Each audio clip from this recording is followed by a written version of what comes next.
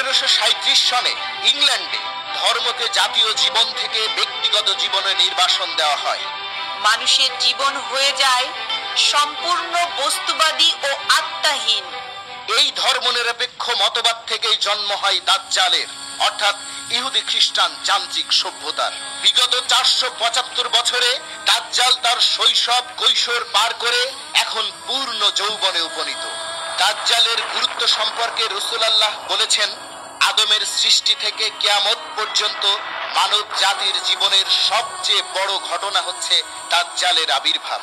রাসূলুল্লাহর ভবিষ্যৎবাণীকে সত্য প্রমাণ করে সমস্ত পৃথিবী চামড়া দিয়ে জড়ানো একটি বস্তুর মতো ইহুদি খ্রিস্টান সভ্যতার করায়ত্ত হয়ে গেছে।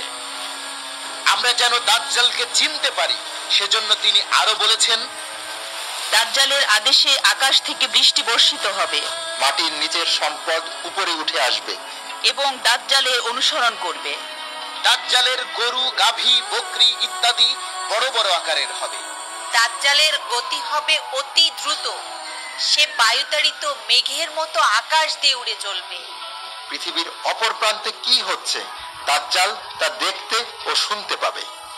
দাজ্জাল তার প্রযুক্তিগত উৎকর্ষের এই মায়াজালে মানব জাতিকে প্রলুব্ধ করে তাদের জীবনের সবকিছুর উপর নিয়ন্ত্রণ প্রতিষ্ঠা করে ফেলেছে।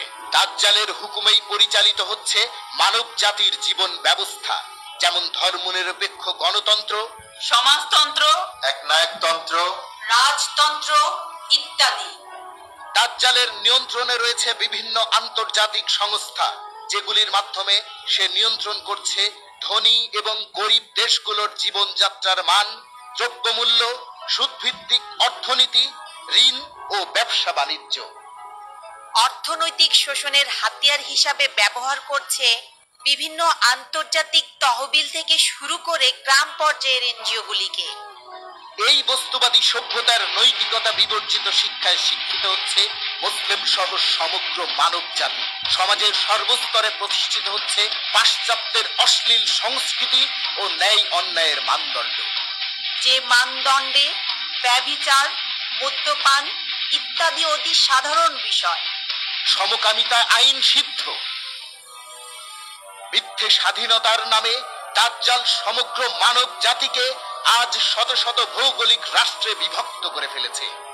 এক উম্মতে মুহাম্মাদীর দাবিদার এই জনসংখ্যাটিও অর্ধ শতাধিক জাতি রাষ্ট্রে খণ্ড বিখণ্ড। তারা আজ দাজ্জালের পদানত গোলাম। আল্লাহর হুকুম প্রত্যাখ্যান করে দাজ্জালের জীবন ব্যবস্থা গ্রহণ করে তারা শিরক ও কুফরে নিমজ্জিত হয়ে আছে। এজন্য আখিরাতেও তাদের জন্য অপেক্ষা করছে যন্ত্রণাদায়ক শাস্তি। মুসলিম বিশ্বের কোন রাষ্ট্র দাজ্জালের অবাধ্য হলে সে রেডিও, টেলিভিশন, পত্র পত্রিকা ও ইন্টারনেটে অপপ্রচার চালিয়ে সমগ্র দুনিয়াকে তার বিরুদ্ধে খেপিয়ে তোলে, তার প্রতি অবরোধ আরোপ করে। এতেও সেই রাষ্ট্র ও জাতি অনুগত না হলে সন্ত্রাসী আখ্যা দিয়ে আক্রমণ করে দেশ দখল করে নেয়। ইহুদি খ্রিস্টান সভ্যতার প্রতিটি তন্ত্রমন্ত্র ও কাজ বাইরে থেকে দেখতে সর্বোৎকৃষ্ট মনে হলেও সেগুলোর শেষ পরিণতি ক্ষুধা, দারিদ্র, নিরাপত্তাহীনতা আর সীমাহীন অশান্তি। এজন্যই এর নাম দাজ্জাল, অর্থাৎ চাকচিক্যময় প্রতারক।